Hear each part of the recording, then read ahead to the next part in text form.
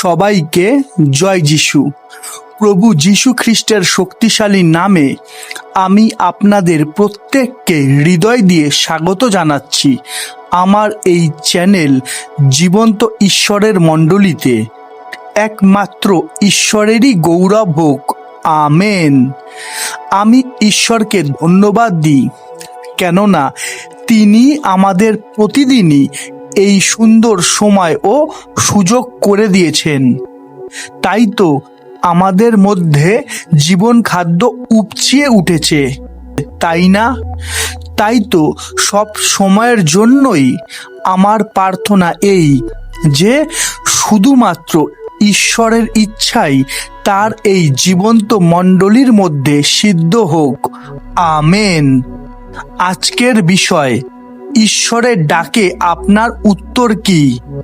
অজুহাত না বাধ্যতা? আমি আবারও বলছি, আজকের বিষয়, ঈশ্বরের ডাকে আপনার উত্তর কি? অজুহাত না বাধ্যতা? বিষয়টা খুবই গুরুত্বপূর্ণ।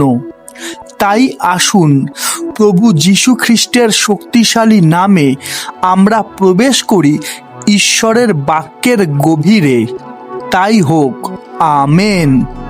দেখুন, আমাদের জীবনে অনেক সময় আমরা ঈশ্বরের কাজ, প্রার্থনা, বাইবেল পাঠ কিংবা সত্যের পথে চলার ক্ষেত্রে নানা অজুহাত খুঁজে বার করি। আমরা বলে থাকি যে এখন সময় নেই, আমি যোগ্য নই, পরে করব, পরে পড়ব, পরিস্থিতি ভালো হলে শুরু করব, তাই না? কিন্তু প্রশ্ন হলো, ঈশ্বর কি আমাদের অজুহাত শুনতে চান, নাকি আমাদের বাধ্যতা দেখতে চান? তাহলে বোঝা যাচ্ছে তো যে কেন আমি আজকের টপিকের নাম রেখেছি ঈশ্বরের ডাকে আপনার উত্তর কি? অজুহাত না বাধ্যতা? চলুন আমরা বাইবেল থেকে বিষয়টা বোঝার চেষ্টা করি। প্রথমেই আমরা চলে যাই পুরাতন নিয়মে মহান ভাববাদী মোশির কাছে। আমরা সবাই জানি যে যখন ঈশ্বর মোশিকে মিশর থেকে ইসরায়েল জাতিকে বের করে আনার জন্য ডাকলেন, তখন মোশি নানা অজুহাত দিতে শুরু করলেন। যেমন লেখা আছে, আমরা দেখি যাত্রা পুস্তক 4 অধ্যায় 10 পদ। পরে মোশি সদাপ্রভুকে কহিলেন, হায় প্রভু, আমি বাক্পটু নহি, ইহার পূর্বেও ছিলাম না, বা এই দাসের সহিত তোমার আলাপ করিবার পরেও নহি, কারণ আমি জড়মুখ ও জড়জীব। অর্থাৎ মোশি মনে করেছিলেন যে তিনি যোগ্য নন, কিন্তু ঈশ্বর তার দুর্বলতাকে অজুহাত হিসেবে গ্রহণ করেননি, তাই না? যেমন লেখা আছে, আমরা দেখি যাত্রা পুস্তক 4 অধ্যায় 12 পদ। এখন তুমি যাও, আমি তোমার মুখের সহবর্তী হইব ও কি বলিতে হইবে তোমাকে জানাইব। কি বোঝা যাচ্ছে তো যে ঈশ্বর যখন কাউকে ডাকেন তখন তিনি সেই কাজের জন্য প্রয়োজনীয় শক্তিও দেন। হালেলুয়া! তাই আমাদের পরিবর্তন হতে হবে, কেননা অজুহাত আমাদের আশীর্বাদ থেকে দূরে সরিয়ে দেয়। আর প্রভু যিশুও একটা দৃষ্টান্তের দ্বারা আমাদের এই শিক্ষাই দিয়েছিলেন, যেখানে অনেক লোকও ভোজে আসার নিমন্ত্রণ পেয়েও বিভিন্ন অজুহাত দিয়েছিল। আমরা দেখি লুক 14 অধ্যায় 18 থেকে 20 পদ। তখন তাহারা সকলেই একমত হইয়া ক্ষমা ভিক্ষা করিতে লাগিল। প্রথম জন তাহাকে কহিল, আমি একখানি ক্ষেত্র ক্রয় করিলাম, তাহা দেখিতে না গেলে নয়, বিনতি করি আমাকে ছাড়িয়া দিতে হইবে। আর একজন কহিল, আমি 5 জোড়া বলদ কিনিলাম, তাহাদের পরীক্ষা করিতে যাইতেছি, বিনতি করি আমাকে ছাড়িয়া দিতে হইবে। আর একজন কহিল, আমি বিবাহ করিলাম, এই জন্য যাইতে পারিতেছি না। এখান থেকে আমরা কি শিখতে পারি? এই অজুহাতই আমাদের ঈশ্বরের আশীর্বাদ ও সুযোগ থেকে বঞ্চিত করতে পারে। আর আজ বেশিরভাগ মানুষের ক্ষেত্রে তাই হচ্ছে। তাই আজই ঈশ্বরের কথা শুনুন, বুঝুন ও গ্রাহ্য করুন। কেননা অনেকেই বলেন যে পরে দেখব, পরে করব, পরে পড়ব, পরে অনুতাপ করব, বয়স হলে ঈশ্বরকে খুঁজব, যা হবে পরে দেখা যাবে, তাই না? কিন্তু বাইবেল কি শিক্ষা দেয়? আমরা দেখি 2 করন্থীয় 6:2। কেননা তিনি কহেন, আমি প্রসন্নতার সময় তোমার প্রার্থনা শুনিলাম এবং পরিত্রাণের দিবসে তোমার সাহায্য করিলাম। দেখো এখন সুপ্রসন্নতার সময়, দেখো এখন পরিত্রাণের দিবস। কি বোঝা যাচ্ছে তো যে ঈশ্বর চান আমরা যেন আজই তার আহ্বানে সাড়া দিই। তাই হোক, আমেন।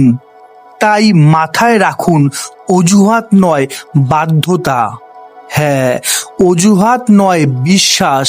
হালেলুয়া। আমরা দেখি যাকব 1:22। আর বাক্যের কার্যকারী হও, আপনা দিগকে ভুলাইয়া শ্রোতা মাত্র হইও না। কি লেখা আছে? শুধু বাইবেল পড়লে বা শুনলেই হবে না, কিন্তু বুঝতে হবে, গ্রাহ্য করতে হবে আর বিশ্বাসপূর্বক তা ধৈর্য সহকারে পালন করতে হবে। কেননা সত্যের পথের অর্থ শুধু চিৎকার করে হালেলুয়া আর আমেন বলা নয়, শুধু পড়া বা শোনা নয়, কিন্তু সত্যের পথের অর্থ হলো ঈশ্বরের আজ্ঞা পালন করার জীবন। আর তাই তো ঈশ্বরের বাক্য জানার পরও যদি আমরা অজুহাত দিই, আমরা অজুহাত খুঁজি, তাহলে আমরা তার ইচ্ছা কোনোদিনও পূরণ করতে পারবো না। হ্যাঁ, এটাই সত্যি, এটাই বাস্তব। তাই আমাদের উচিত আমরা যেন নিজেদের পরীক্ষা করি। আমি কি প্রার্থনার জন্য অজুহাত দিচ্ছি? আমি কি বাইবেল পড়া বা শোনার জন্য অজুহাত দিচ্ছি? আমি কি ঈশ্বরের ডাকে সাড়া দেওয়ার পরিবর্তে নানা কারণ দেখাচ্ছি? মনে রাখবেন যে ঈশ্বর নিখুঁত মানুষ খোঁজেন না, তিনি বাধ্য ও বিশ্বাসী মানুষকে খোঁজেন। হালেলুয়া। তাই আজই সিদ্ধান্ত নিন, আমি আর অজুহাত খুঁজব না, কিন্তু ঈশ্বরের বাধ্য হব, ঈশ্বরের ইচ্ছাতেই জীবন যাপন করব। তাই হোক, আমেন। যদি আপনার আজকের বিষয়টা ভালো লেগে থাকে তাহলে কমেন্টে লিখুন, আমি অজুহাত দেব না, আমি ঈশ্বরের বাধ্য হব। আর ভিডিওটা শেয়ার করুন নতুন নতুন মানুষের কাছে, কেননা এইটাই ঈশ্বরের ইচ্ছা। তাই ঈশ্বরের ইচ্ছাই সিদ্ধ হোক। আমেন। আসুন আমরা একটা প্রার্থনা করে আজকের অনুষ্ঠানটা শেষ করি। সর্বশক্তিমান পিতা ঈশ্বর, আমরা তোমার কাছে এসেছি প্রভু যীশু খ্রিস্টের শক্তিশালী নামে। প্রভু গো, আমাদের জীবনে যত অজুহাত আছে সেইগুলো তোমার সামনে স্বীকার করছি। কেননা অনেক সময় আমরা তোমার ডাকে সাড়া না দিয়ে নানা কারণ দেখিয়েছি। হে প্রভু, আমাদের ক্ষমা করো, আমাদের এমন হৃদয় দাও যেন আমরা তোমার বাক্য শুনতে ও পালন করতে পারি। আমাদের জীবন থেকে ভয়, অলসতা ও অজুহাত দূর করো।